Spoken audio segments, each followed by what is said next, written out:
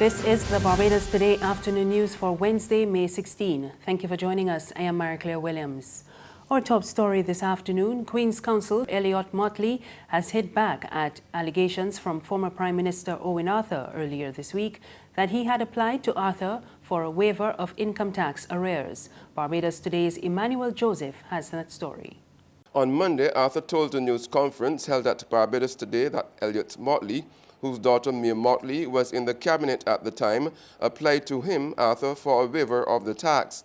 Arthur said it was outrageous that Elliott Mottley, with a daughter in cabinet, would apply to him to waive such a tax, stressing that no approval was given by him. Arthur had also said he was surprised to learn of the tax write-off, which would have required the approval of both cabinet and Parliament. But this morning, Elliott Mottley categorically denied he ever applied to Arthur or anybody for a waiver of income tax arrears, which, along with interest and penalties, had accumulated to more than $1 million. He said what he had applied for and received from the Ministry of Finance was a waiver of interests, which is allowed under the laws of Barbados. He provided documentation to show the application and its nature and the approval from the ministry. The prominent Queen's Counsel also provided documentation to show that his daughter, Miss Mottley, had never acted as Minister of Finance during the period 1994 to 1999. He pointed out that no one was acting as Finance Minister during that period. Towards the end of his opening speech this morning, Elliott Mottley wept openly when he got to the part about his daughter, Mia Mottley, having never acted as Minister of Finance between 1994 and 1999. Miss Mottley's brother, Warren, had to complete the speech. Emmanuel Joseph for Barbados Today. The Barbados Labour Party is hailing an 11th-hour decision by the government to halt the planned sale of the Barbados Hilton Resort. Yesterday, it was announced that a meeting scheduled for Monday, May 21st, to approve the controversial sale was called off. This means that it will now be up to the new administration to decide the future of the Needham's Point property. It was not immediately clear what led to the cancellation of the meeting, but one media report said the National Insurance Board had planned to stop the meeting to avoid the showdown between the insurance scheme and the hotel's owners. BLP leader Mia Mottley told supporters at a meeting in the city last night that after revealing the details of the pending meeting at a rally in Oistins, the Frendell-Stewart administration was forced to back down because of a large-scale protest was imminent. When I said to the people of Barbados that we need you to stand up with us, many of you that night said yes, and since then, lawyers have been calling, truck drivers have been calling, people have been calling, offering water, all kinds of people ready for any mobilization that would be necessary to stop the Monday shareholders meeting to sell out the Hilton from under us 3 days before an election.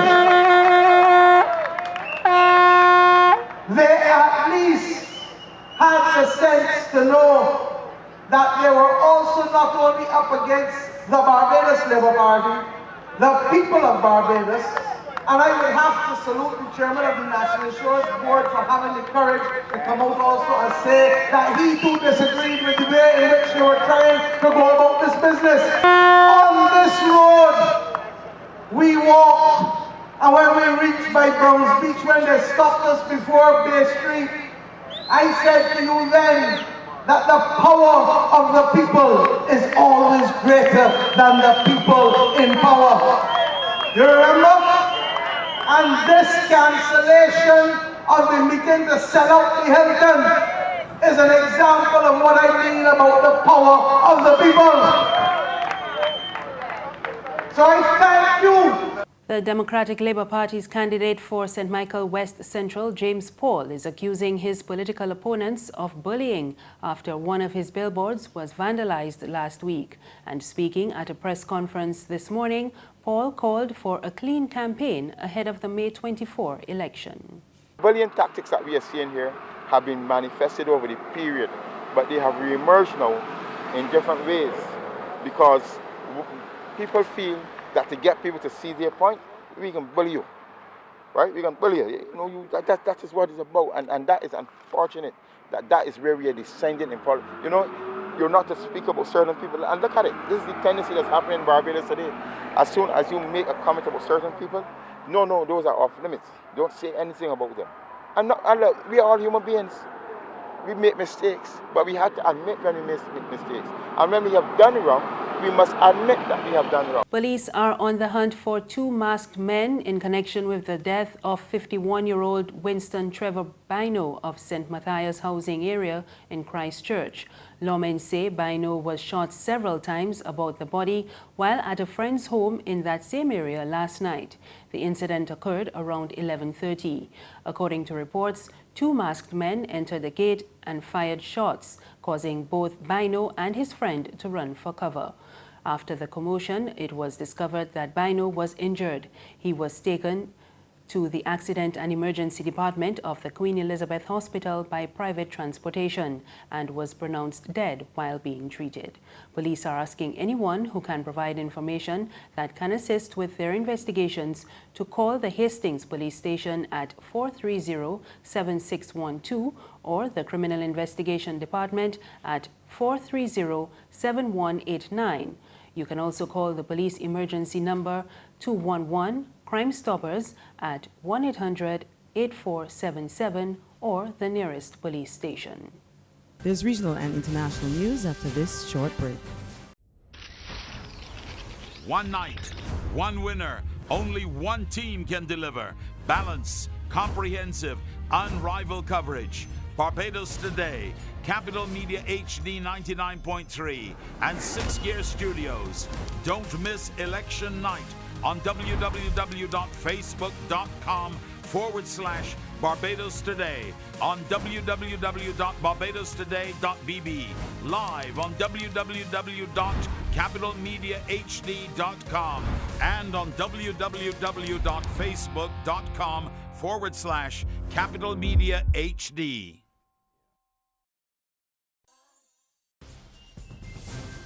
Thank you for staying with us. We're back with news from the region. Guyana is reporting an increase in rice exports to Cuba. The announcement from the head of the Guyana Rice Development Board, Nizam Hassan, comes a week after Prime Minister Moses Nagamutu reported an increase in exports of paddy to Mexico. We get more in this report from HGP Nightly News. Guyana has not exported rice to Cuba in a number of years prior to 2017, but things have changed dramatically, according to Mr. Hassan. This year so far we've exported 37,418 tons, valued at $18.9 million. Now this is rice. In Mexico we are sending paddy, and to Cuba is rice. Mr. Hassan explained that with the recent developments in the rice industry, with farmers having their produce exported to both Mexico and Cuba, there is an air of optimism in the rice sector. Generally, there's been improved production, improved productivity, manageable pest and diseases complex. So the issues that were there were manageable. Farmers were being paid faster than previous crops and more readily. Prices that they were paid were improved from previous crops. Farmers got as much as $3,000 per bag of paddy, and so the forest crop fared very well. For the period January to April 2018, Guyana has exported 139,501 metric tons of rice, paddy, and rice byproducts, equivalent to $57.7 million. For the same period this year, this surpasses 2017's export of 120,811 metric tons, equivalent to $47 million. And finally, on the international scene, the United States says it is still hoping that an unprecedented summit with North Korea will take place despite Pyongyang's threat to pull out. We get the details in this Reuters report. North Korea says it may back out of upcoming talks with Trump. On Wednesday, their state media said if Washington keeps pushing the North to get rid of its nuclear weapons, it won't come to the table. It also called off high-level talks with Seoul, which had been set up the day before. But weapons weren't the only sticking point.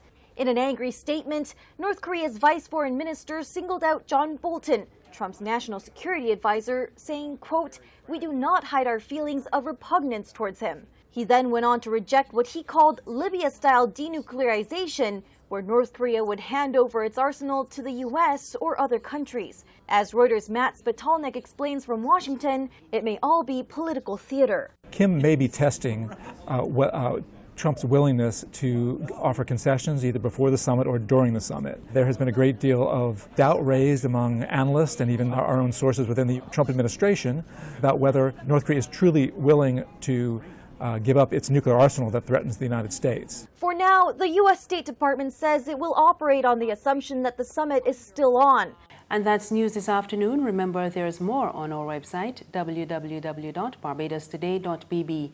There, you can also sign up for BT's WhatsApp news alerts. You can also sign up to our e-paper, email updates, and like us on Facebook.